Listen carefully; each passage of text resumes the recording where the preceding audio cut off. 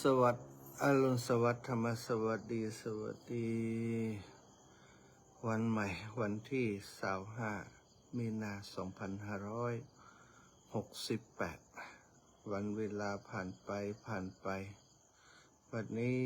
เราทั้งหลายทำอะไรกันอยู่นะก็สวดมนต์เช้าเนอะจะวันนี้ก็จะเป็นอีกวันหนึ่งที่จะได้เดินทางไปเพื่อร่วมกิจกรรมกับครูบาอาจารย์ในพื้นที่อำเภอตาวังผาเนาะขึ้นบนดอย25 26 27กับนาจะกลับมาก็เดินต่อวันนี้ก่อนจะเริ่มกิจกรรมต่างๆไหว้พระสวดมนต์กันสักกรรมนะไหว้พระกันสวดมนต์กันให้ฟัง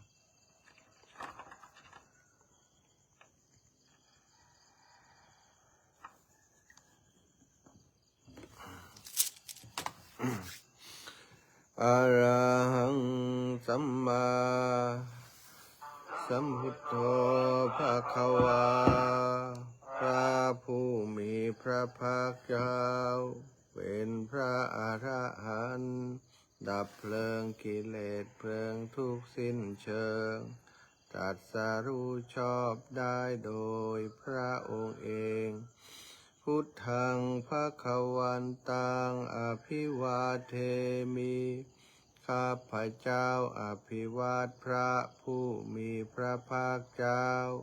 ผู้รู้ผู้ตื่นผู้เบิกบานสวากขาโตภควตาธัมโมพระธรรมเป็นธรรมที่พระผู้มีพระภาคเจ้าตรัสไว้ดีแล้วธัมมังนามัสสามิข้าพเจ้านามัสการพระธรรมสุปฏิปันโนภควโตสาวกสังโฆพระสงฆ์สาวกของพระผู้มีพระภาคเจ้าปฏิบัติดีแล้วสังฆังนะมามิข้าพเจ้านอบน้อมพระสงฆ์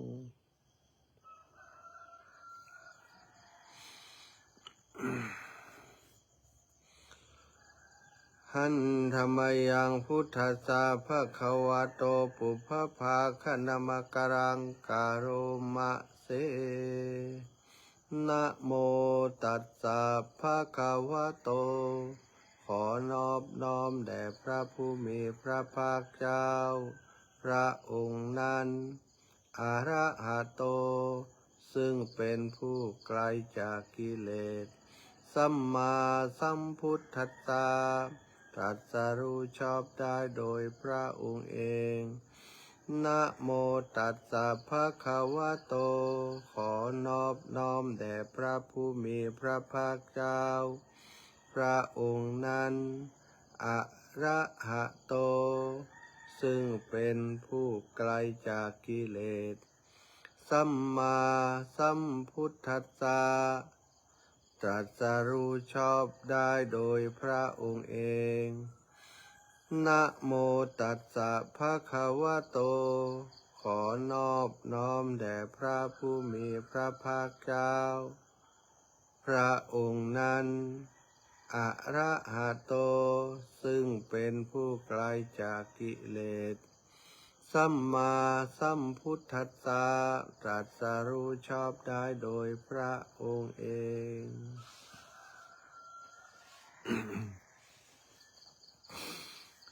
หันธรรมยังพุทธาภิทุติงกโรมะเสโยโสตถาคโตพระตถาคตเจ้านั้นพระองค์ใดอระหังเป็นผู้ไกลจากกิเลสสัมมาสัมพุทโธเป็นผู้ตรัสรู้ชอบได้โดยพระองค์เองวิชชาจารณะสัมปันโน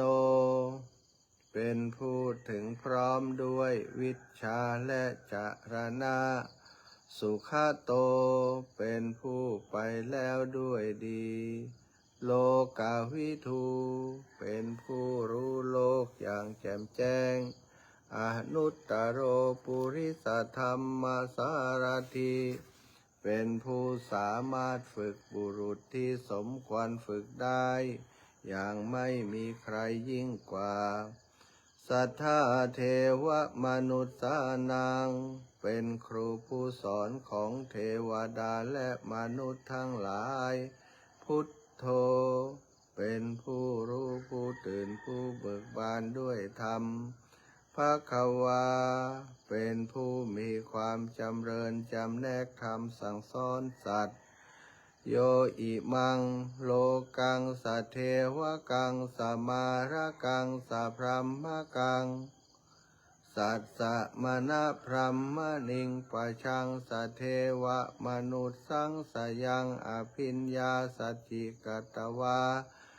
ปเวเทสีพระผู้มีพระภาคเจ้าพระองค์ใดได้ทรงทำความดับทุกข์ให้แจ้งด้วยพระปัญญาอันยิ่งเองแล้วทรงสอนโลกนี้พร้อมทั้งเทวดามารพรหมและหมู่สัตว์พร้อมทั้งสมณพราหมณ์พร้อมทั้งเทวดาและมนุษย์ให้รู้ตามโยธัมมังเทเสสี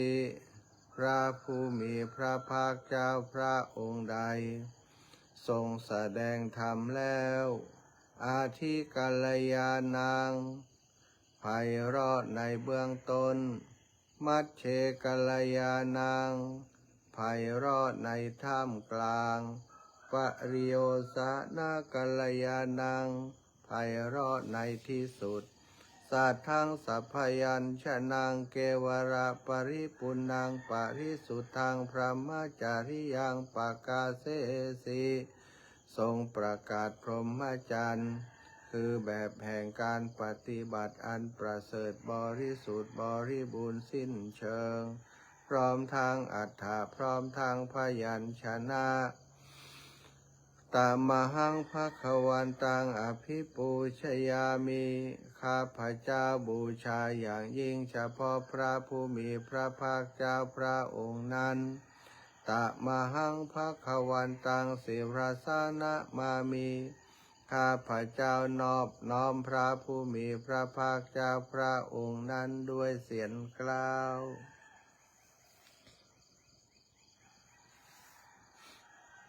หันธรรมยังธรรมาภิทุติงกโรมะเสโยโสสวากาโตภควตาธัมโมพระธรรมนั้นใดเป็นสิ่งที่พระผู้มีพระภาคเจ้าได้ตรัสไว้ดีแล้วสันทิฏฐิโกเป็นสิ่งที่ผู้ศึกษาและปฏิบัติพึงเห็นได้ด้วยตนเองอากาลิโกเป็นสิ่งที่ปฏิบัติได้และให้ผลได้ไม่จำกัดการเอหิปัสสิโกเป็นสิ่งที่ควรกล่าวกับผู้อื่นว่าท่านจงมาดูเถิดโอปะนายิโกเป็นสิ่งที่ควรน้อมเข้ามาใส่ตัวปัจจตังเวทิตาโพวินโยหิเป็นสิ่งที่ผู้รู้ก็รู้ได้เฉพาะตนตามหังธรรมังอภิปูชยามิข้าพเจ้าบูชาอย่างยิ่งเฉพาะพระธรรมนั้นตมหังธรรมังสิรสานะมามิข้าพเจ้านอบน้อมพระธรรมนั้นด้วยเสียงกล่าวหันธรรมยังสังฆาภิทุติงกโรมะเสโยโสสุปฏิปันโนภควโตสาวกสังโฆสงฆ์สาวกของพระผู้มีพระภาคเจ้าหมู่ใดปฏิบัติดีแล้ว อุชุปฏิปันโนภะคะวะโตสาวกสังโฆสงฆ์สาวกของพระผู้มีพระภาคเจ้าหมู่ใดปฏิบัติตรงแล้วยายะปฏิปันโนภะคะวะโตสาวกสังโฆสงฆ์สาวกของพระผู้มีพระภาคเจ้าหมู่ใด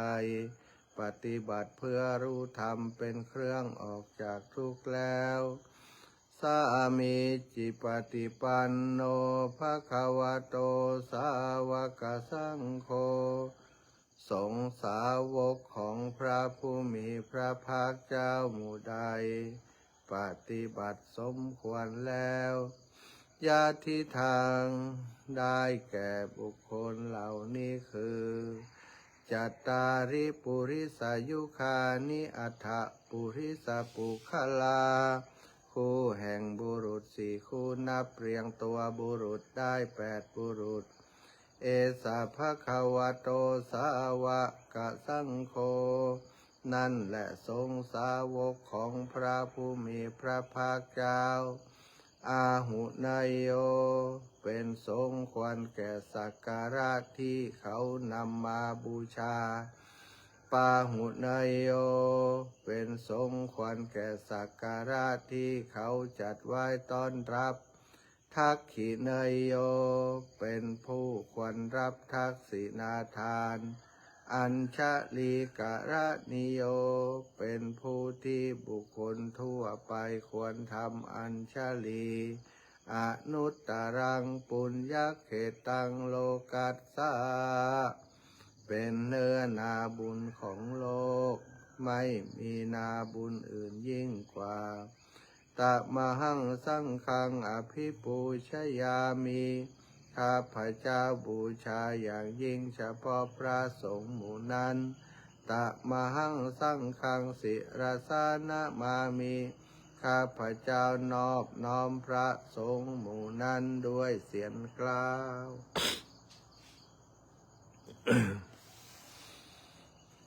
หันธรรมยังรัตนัตยปนามาคาทาโยเจวาสังเวคาปริกิตนาปาทันจะ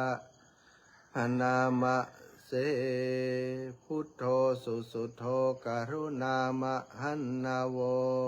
พระพุทธเจ้าผู้บริสุทธิ์มีพระกรุณาดุจห่วงมหันนบโยจัตตสุทัพพลยานโรจโนพระองค์ใดมีตาคือยานอันประเสริฐหมดจดถึงที่สุดโลกัสสะปาปูปะกิเลสคาตะโกเป็นผู้ฆ่าเสียซึ่งบาปและอุปกิเลสของโลกวันทามิพุทธังอหะมาทะเรนตังข้าพระเจ้าไหว้พระพุทธเจ้าพระองค์นั้นโดยใจเคารพเอื้อเฟื้อธัมโมปะทิโปวิยตัสสะสัทธุโนพระธรรมของพระศาสดาสว่างรุ่งเรืองเปรียบดวงประทีปโยมะคปากามะตะเพทพินนโกจำแนกประเภทคือมรรคผลนิพพานส่วนใดโลกุตตโรโยจัตทัฏฐทิปโนซึ่งเป็นตัวโลกุตตระและส่วนใดที่ชี้แนวแห่งโลกุตตระนั้นวันทามิธรรมังอหะมาทะเรนตังข้าพเจ้าไหว้พระธรรมนั้นโดยใจเคารพเอื้อเฟื้อสังโฆสุเขตาพยาติเขตาสัญญิโตพระสงฆ์เป็นนาบุญอันยิ่งใหญ่กว่านาบุญอันดีทั้งหลายโยทิฏฐาสันโตสุขตานุโพธโกเป็นผู้เห็นพระนิพพานตรัสรู้ตามพระสุคตหมู่ใดโยโลลาปะหิโนอริโยสุเมทะโส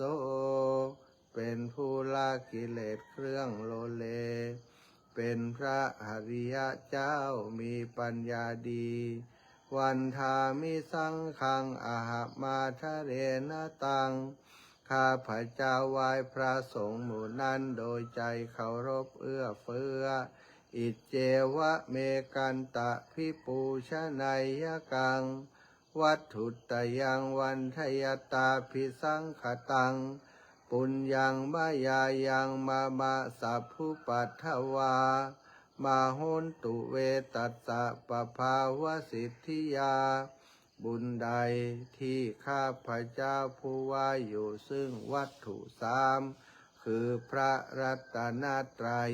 อันควรบูชายิ่งโดยส่วนเดียวได้กระทำแล้วเป็นอย่างยิ่งเช่นนี้ขออุปัฏฐวะทั้งหลายจงอย่ามีแก่ข้าพเจ้าเลยด้วยอำนาจความสำเร็จอันเกิดจากบุญนั้น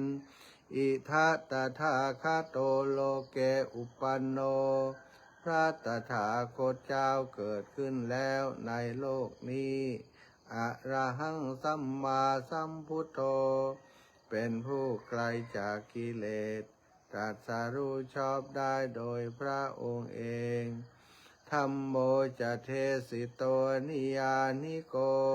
และพระธรรมที่ทรงแสดงเป็นธรรมเครื่องออกจากทุกข์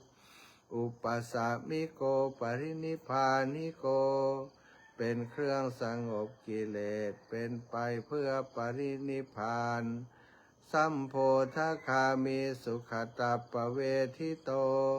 เป็นไปเพื่อความรู้พร้อมเป็นธรรมที่พระสุคตประกาศมะยันตังธัมมังสุตตวาเอวังชานามาพวกเราเมื่อได้ฟังธรรมนั้นแล้วจึงได้รู้อย่างนี้ว่าชาติปิทุกขา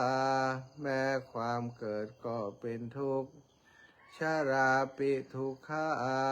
แม้ความแก่ก็เป็นทุกข์มรณะปิทุกขาแม้ความตายก็เป็นทุกข์โสกปริเทวทุกขโทมนัสสุปายาสาปิทุกขาแม้ความโศกความรำไรรำพันความไม่สบายกายความไม่สบายใจความคับแค้นใจก็เป็นทุกข์อัปปิเยหิสัมปโยโคทุกโขความประสบกับสิ่งไม่เป็นที่รักที่พอใจก็เป็นทุกข์ปิเยหิวิปโยโคทุกโขความพลัดพรากจากสิ่งเป็นที่รักที่พอใจก็เป็นทุกข์ยัมปิชังนราภัตติตัมปิทุกขังมีความปรารถนาสิ่งใดไม่ได้สิ่งนั้นก็เป็นทุกข์สังขิตเตนะปัญจุปาทานาขันธาทุกขาว่าโดยย่ออุปาทานขันธ์ทั้งห้าเป็นตัวทุกข์สยทิทางได้แก่สิ่งเหล่านี้คือรูปูปาทานาขันโธขันธ์อันเป็นที่ตั้งแห่งความยึดมั่นคือรูปเวทนูปาทานาขันโธขันธ์อันเป็นที่ตั้งแห่งความยึดมั่นคือเวทนาสัญญูปาทานาขันโธขันธ์อันเป็นที่ตั้งแห่งความยึดมั่นคือสัญญาสังขารูปาทานาขันโธขันธ์อันเป็นที่ตั้งแห่งความยึดมั่นคือสังขารวิญญาณูปาทานาขันโธขันธ์อันเป็นที่ตั้งแห่งความยึดมั่นคือวิญญาณเยสังปริญญายาเพื่อให้สาวกกำหนดรอบรู้อุปาทานขันธ์เหล่านี้เองทาระมโนโสภควาจึงพระผู้มีพระภาคเจ้านั้นเมื่อยังทรงพระชนอยู่เอวังพระหุลังสาวเกวิเนติย่อมทรงแนะนำสาวกทั้งหลายเช่นนี้เป็นส่วนมากเอวังภาคาจะปนัสสะภะคะวะโตสาวเกสุอนุสาสนีพระหุลาปวัตตติหนึ่งคำสั่งสอนของพระผู้มีพระภาคเจ้านั้น ย่อมเป็นไปในสาวกทั้งหลายส่วนมากมีส่วนคือกันจำแนกอย่างนี้ว่ารูปังอนิจจังรูปไม่เที่ยงเวทนาอนิจจาเวทนาไม่เที่ยงสัญญาอนิจจาสัญญาไม่เที่ยงสังขาราอนิจจาสังขารไม่เที่ยงวิญญาณังอนิจจังวิญญาณไม่เที่ยงรูปังอนัตตารูปไม่ใช่ตัวตนเวทนาอนัตตาเวทนาไม่ใช่ตัวตนสัญญาอนัตตาสัญญาไม่ใช่ตัวตนวิญญาณสังขาราอนัตตาสังขารไม่ใช่ตัวตนวิญญาณังอนัตตาวิญญาณไม่ใช่ตัวตนสัพเพสังขาราอนิจจาสังขารทั้งหลายทั้งปวงไม่เที่ยงสัพเพธัมมาอนัตตาติธรรมทั้งหลายทั้งปวงไม่ใช่ตัวตนดังนี้เตมะยังโอตินามหาพวกเราทั้งหลายเป็นผู้ถูกครอบงำแล้วชาติยาโดยความเกิดชรามรณเนนาโดยความแก่และความตายโสเกหิปริเทเวหิทุเคหิโทมนัสเสหิอุปายาเสหิโดยความโศกความร่ำไรรำพันความไม่สบายกายความไม่สบายใจความคับแค้นใจทั้งหลายปิเยทุกโคตินนาเป็นผู้ถูกความทุกข์อย่างเอาแล้วทุกขปเรตาเป็นผู้มีความทุกข์เป็นเบื้องหน้าแล้วอเปวะนามิมัสสะเกวารัสสะทุกขขันธัสสะอันตกิริยาปัญญาเยธาติทำฉะไหนการทำที่สุดแห่งกองทุกข์ทั้งสิ้นนี้จะพึงปรากฏชัดแก่เราได้จิระปรินิพุตัมปิตังภคะวันตังอุทิศสะอระหันตังสัมมาสัมพุทธังเราทั้งหลายอุทิศเฉพาะพระผู้มีพระภาคเจ้าผู้ไกลจากกิเลสตรัสรู้ชอบได้โดยพระองค์เองแม้ปรินิพพานนานแล้วพระองค์นั้นสัทธาอาคารัสมาอนาคาริยังปัพพชิตาเป็นผู้มีศรัทธาออกบวชจากเรือนไม่เกี่ยวข้องด้วยเรือนแล้วตัดสมิงภควติพรหมจาริยังจารามาประพฤติอยู่ซึ่งพรหมจรรย์ในพระผู้มีพระภาคเจ้าพระองค์นั้นภิกขุนังสิกขาสาชีวสมาปันนาถึงพร้อมด้วยสิกขาและธรรมเป็นเครื่องเลี้ยงชีวิตของภิกษุทั้งหลายตังโนพรหมจาริยังอิมัสสะเกวรัสสะทุกขขันธัสสะอันกกิริยาสังวัตตุขอให้พรหมจรรย์ของเราทั้งหลายนั้นจงเป็นไปเพื่อการทำที่สุดแห่งกองทุกข์ทั้งสิ้นนี้เถิด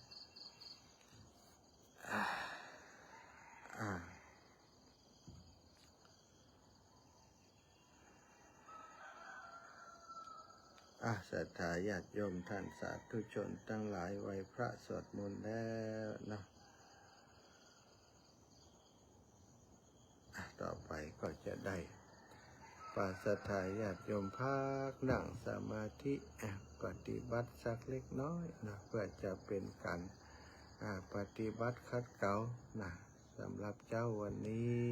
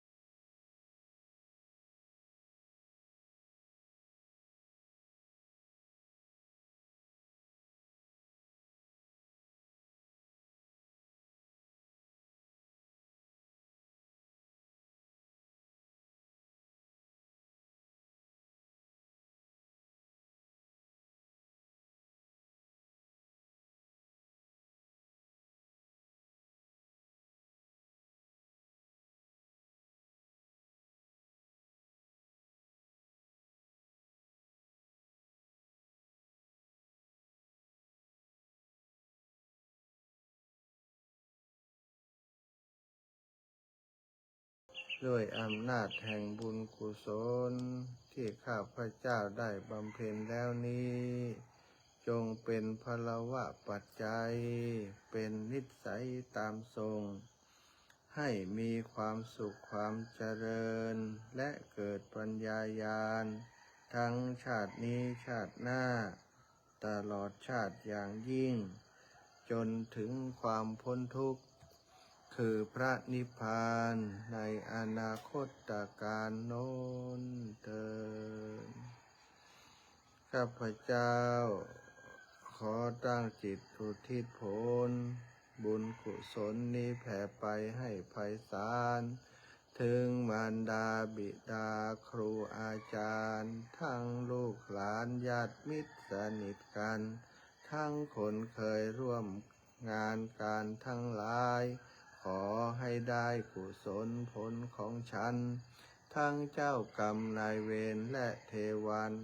ขอให้ท่านได้กุศลผลนี้เถิดอิ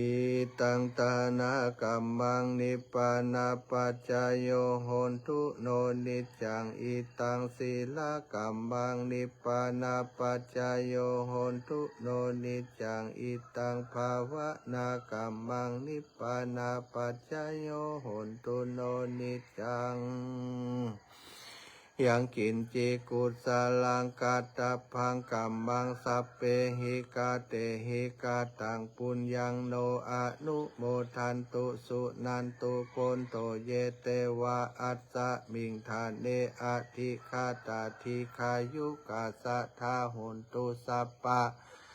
สัตตาสนังสุขีอัตตานังปาริหารันตุมาตาปิตาสุขิตาหุนตุทุกขาปามุญจันตุสัพเพยาตกาสุขิตาหุนตุทุกขาปามุญจันตุสัพเพอายาตกาสุ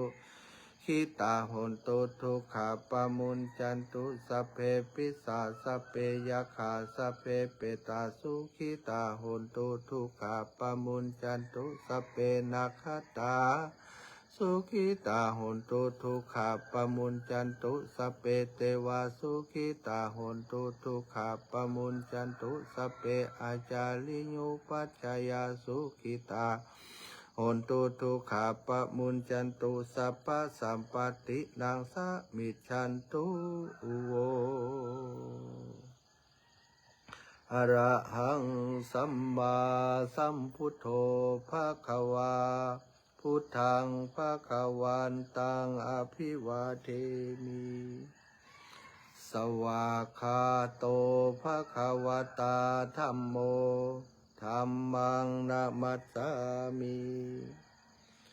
สุปฏิปันโนภะคะวะโตสาวกสังโฆสังฆังนะมามิเรียบร้อยเด้ออยู่ดีมีสุขอายุมันขวัญยืนจัตตารโอธรรมาวทันติอายุวันโนสุขังพลัง